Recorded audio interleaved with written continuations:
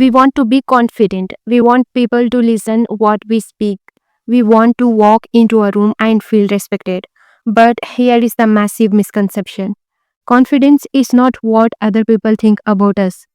It's not about how many likes we get, how many compliments we receive, or how loudly we speak.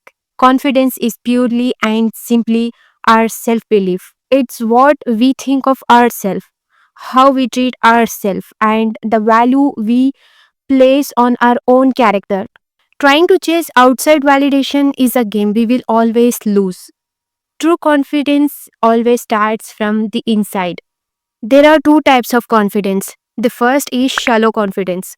This is the one that depends on fleeting things, our looks, our job title, or our bank balance. The moment these things are taken away, our confidence shatters.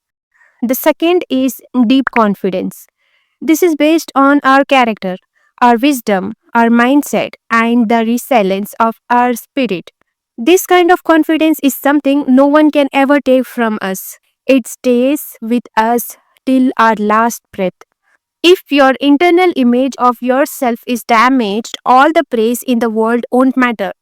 It's like pouring water into a cracked cup. You have to fix the internal image first. The foundation of deep confidence is self awareness. You cannot respect or trust someone you don't know, and that includes yourself. Take a clear, honest look at your strengths, but also your weaknesses. This is not a time for self pity or self mockery. This is a time for the problem solving mindset. The difference between a confident person and an insecure one is in their self talk. The insecure person focuses on their flaws and beats themselves up. The confident person acknowledges the flaw and their internal dialogue instantly pivots to, okay, that is the problem. What is the solution?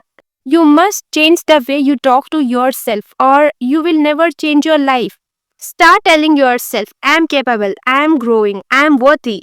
The biggest mental barrier is playing it safe.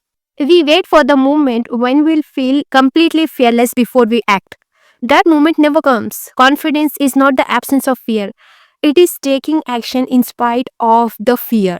Your brain is a survival mechanism. It wants to keep you comfortable. So, when you try a new thing, talking to a stranger, starting a business, making a video, it sends signals to discomfort and fear. It's trying to protect you from the danger. Your job is to act anyway. Every single time you act despite feeling uncomfortable, you send proof to your brain that there was no danger.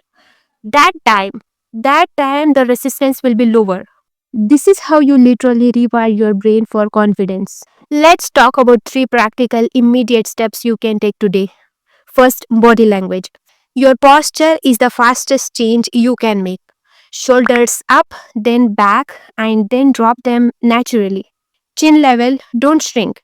Take up space. Your body language sets the initial standard for how the world treats you. Second, set small goals and keep them. Every time you break a promise to yourself, saying you will work out but you don't, you erode your self trust. Start small. Promise yourself to read one page of a book a day. When you consistently keep these small promises, your self trust skyrockets. Third, stop comparing. Your competition is not the person next to you.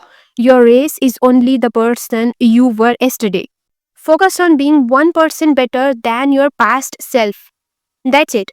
Comparing yourself to anyone else is the surest way to lose your own confidence. Finally, never ever compromise on your self respect. Distance yourself from people, places, and situations that drain your energy or disrespect you. You don't owe an explanation or a warning. Just walk away. Your time, your energy, and your goals are valuable. You are capable of living an amazing life, but you have to be the one to stand up and claim it. Trust in your character, trust in your wisdom, and trust in your potential. Confidence is not about proving yourself to others. It's about knowing you have nothing to prove.